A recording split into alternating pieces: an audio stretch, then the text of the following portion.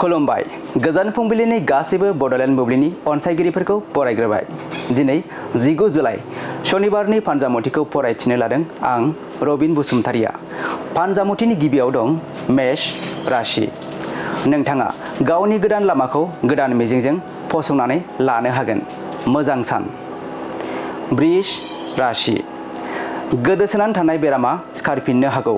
देहाखौ जोबोरैनो खस्थ' मोनगोन। मिथुन राशि। नोंथाङा दिनैनि सानाव माबा मुवा बेसाद मोननो हागौ। गोसोखौ खुसि मोनगोन। कर्कट राशि। दिनैनि सानाव नोंथाङा माबा मोनसे नाजानाय दंब्ला बायदि खाबु मोननो हागौ। मोजां सान। सिंह राशि।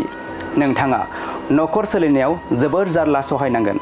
दुखुजोंनो साना बारलांगोन। कन्या राशि। नोंथांनि जाफुंसारैखौ नुनानै बिमानि गोसोआव दुखु मोननाय फैगोन। दुखु गोनां सान। तुला राशि। न'खरनि सोद्रोमाफोरजों मोजां गोरोबलायनाय फैगोन। गोजोन खुसिनि सान। वृश्चिक राशि। गोबावनिफ्राय सोरजोंबा सुथुर जानानै दंब्ला जामलांनो हागौ। गोजोन सान। धनु राशि। नोंथांनि मावनो लानाय खामानिफोराव गोबां जेंना नुजाथिनो हागौ। मकर राशि। नोंथाङा बिमानि सुखुनि थाखाय गावनि माबा मोनसे खोमानांनो हागौ। कुम्भ राशि। नोंथाङा नाजानायनि फिथाइखौ मोनफुंनो थाखाय धैर्य हमनानै थानांगोन। आरो मीन राशि। नोंथांनि बाहागियानो सिरि सिरि सुथुर जानो हागौ। मोजाङै थाल खालामनाया गाहाम। दिनै सानसेनि राशि फरायथिनायाबो एसेनोसै।